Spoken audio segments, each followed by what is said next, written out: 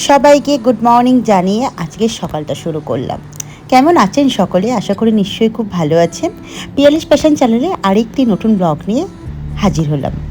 সকাল 5টার মতন বাজে। আজকে ছেলের স্কুলে টিফিন বানানোর জন্য উঠে পড়েছিলাম। 5টার সময় না উঠলে ঠিক কাজ গুছাতে পারি না, তাই সকাল সকাল উঠে ছেলের স্কুলে টিফিনে আজকে স্যান্ডউইচ আর কিছুটা অ্যাপেলের টুকরো করে দিয়ে দিয়েছিলাম। অ্যাপেলটা একটু নুন দিয়ে মাখিয়ে ওটাকে ধুয়ে দিয়েছিলাম যাতে অ্যাপেলটা লাল না হয়। বাড়ি ফিরে আজকে ভাবলাম একটু মালপোয়া বানাবো। বাইরে বেশ মুষলধারে বৃষ্টি হচ্ছে। বাইরেটা দেখুন কীরকম অন্ধকার করে আছে। হাতে অনেকটা টাইম আছে, কারণ শুভর জন্যে আজকে সকাল সকাল রান্না করতে হবে না, একটু পরে করলেও হবে, কারণ শুভ আজকে ওই 11টা নাগাদ বেরোবে। তাই ভাবলাম আমি একটু মালপোয়া বানিয়ে নিই। এই বৃষ্টি বাদলের দিনে এই মালপোয়াটা খেতে কিন্তু দারুণ লাগে।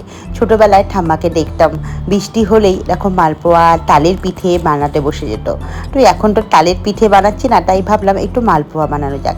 মালপোয়া মানে ওই তেলের মধ্যে যে ময়দা, চিনি, সুজি, একটু নারকেলের কোড়া দিয়ে যে ভাজা পিঠেগুলো বানায় ওইগুলোই বানাচ্ছি। দেখুন কি সুন্দর লুচির মতন ফুলে উঠছে। একটা একটা করে নিই জানেন, কারণ এগুলো খেতে কিন্তু আমার দারুণ লাগে।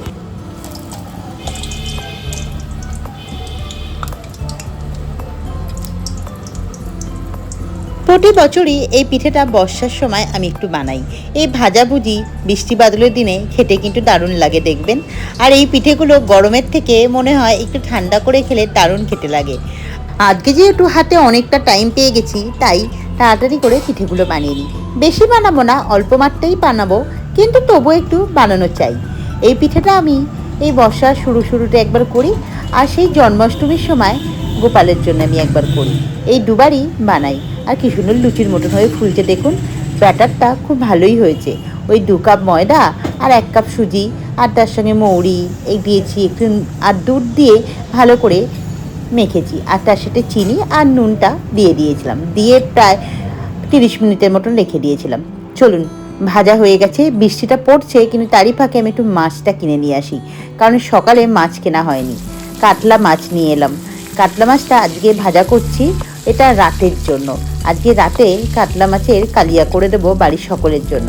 আমি না রাতের দিকে খুব একটা রান্নাবান্না করি না জানেন তো, যা করি সকালের দিকে করে রেখে দিই। ওই রাতের দিকে ছেলেকে পড়তে বসানো, ছেলেকে টাইম দেয়া, এটাই মনে হয় আমার কাছে বেশি ইম্পর্টেন্ট।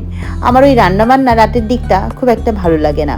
সকালের দিকে করে রাখলে খুব সুবিধেই হয়, আর রাতের দিকটা একটু তাড়াতাড়ি করে একটু গরম করে ওটাকে খাওয়া হয়ে যায়। আর আজকে বাজার থেকে আসার সময় বড় বড় সাইজের একটু পটল নিয়ে এসেছিলাম। আজকে পটলের দোরমা বানাবো। আর বাজার থেকে আসার সময় চিংড়ি মাছও কিনে নিয়ে এসেছি।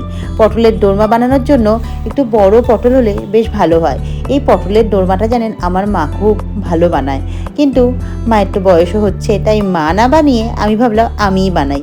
বানাতে শিখেও গেছি মায়ের কাছ থেকে রেসিপিগুলো জেনে জেনে, আর এখন আমিই বানাই। বেশ ভালোও লাগে জানেন তো। আর পটলের দোরমা অনেকে গ্রেভি আইটেম করে, আমরা একটু ভাজা ভাজা খাই। ওই পটলটার গাটা একটু ভালো করে ছুলে নিয়ে ভালো করে ভিতর থেকে ওই দানাগুলো বের করে একটু নুন হলুদ মাখিয়ে 15টা মিনিট রেখে দিয়ে তেলে ভালো করে এই পটলটা ভেজে নেব। তারপর মশলা কষিয়ে মশলাটা পটলের মধ্যে দিয়ে দেব। আর এই ছুরিটা দিয়ে ভালো করে ওই ভিতর থেকে বের করে নিয়েছিলাম পটলের দানাগুলো। চলুন পটলগুলো ভাজতে দিয়ে দিই, আর এদিকে সকালের চাটাও বসিয়ে দিই। আর এখানে মশলা কষানোর জন্য আদা রসুন পেঁয়াজ টমেটো সব রেডি করে রেখেছি, আর পটলের দানাগুলো একটু হলুদ নুন মাখিয়ে রেখে দিয়েছি যাতে নরম হয়ে যায়।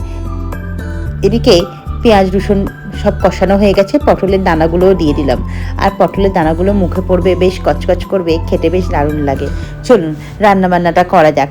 তাড়াতাড়ি করে দেখতে দেখতে ঘড়ির কাঁটায় প্রায় 9টা বেজে গেল। কখন যে সকাল হয় আর কখন যে ঘড়ির কাঁটাটা ঘুরতে থাকে বোঝা মুশকিল। শুভ আবার 11টার সময় বেরোবে, তাই তাড়াতাড়ি করে করতে শুরু করছি। ওদিকে মশলা কষানো হয়ে গেছে, এদিকে চিংড়ি মাছটা ভেজে নিচ্ছি। চিংড়ি মাছটা ভাজা হয়ে গেলে চিংড়ি মাছের সাথে এই মশলাটা ভালো করে মিশিয়ে দেব। জানেন পটলের দোরমা করতে খুব একটা টাইম লাগে না, কিন্তু জোগাড় করতে অনেকটা টাইম লাগে। যেমন পটলটা কাটা, পটলের ভিতর থেকে দানাটা বের করা, আদা রসুন পেশা, মশলা করা, জোগাড়টা যদি আগের দিন করে রাখা যায় তাহলে সকাল সকাল রান্নাটা হয়ে যায়। আর পটলের দোরমা করার জন্য এটা আদা রসুন পেঁয়াজ আর টমেটো একটু গরম মশলা আর তার সঙ্গে জিরে ধনে গুঁড়ো আর আমার স্পেশাল কিচেন কিং মশলা আমি এর মধ্যে দিয়ে দিয়েছিলাম। দিয়ে ভালো করে কষিয়ে পুর বানিয়ে এই পটলগুলোকে ভেজে আর পটলের ভিতরে পুরটাকে ভরে দিলাম। আর এই হচ্ছে পটলের দোরমা হয়ে গেছে মোটামুটি। আমি এই পুরগুলোকে ভেতরে ঢুকিয়ে আর উপরের ঢাকনাটা টুথপিক দিয়ে আটকে দেবো। আর এই ভাজা ভাজা খেতে আমাদের খুব ভালো লাগে। আমাদের গ্রেভি আইটেমটা খুব একটা পছন্দের না। অনেক সময় পনির দিয়ে করে রেখেছি গ্রেভি আইটেম, আমাদের খুব একটা ভালো লাগেনি।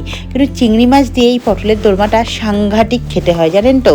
গরম ভাতের সঙ্গে এই একটু ঘি আর এই পটলের দোরমা দারুণ খেতে লাগে।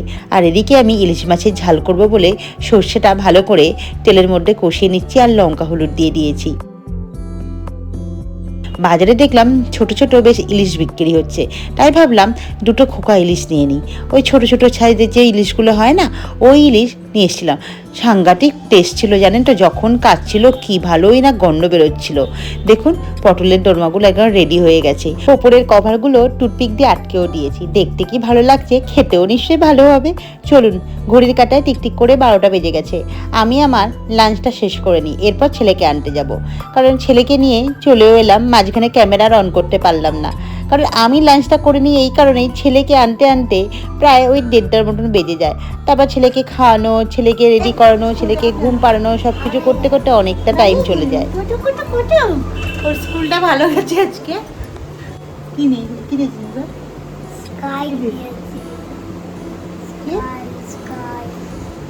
বাইরে বৃষ্টি হচ্ছে,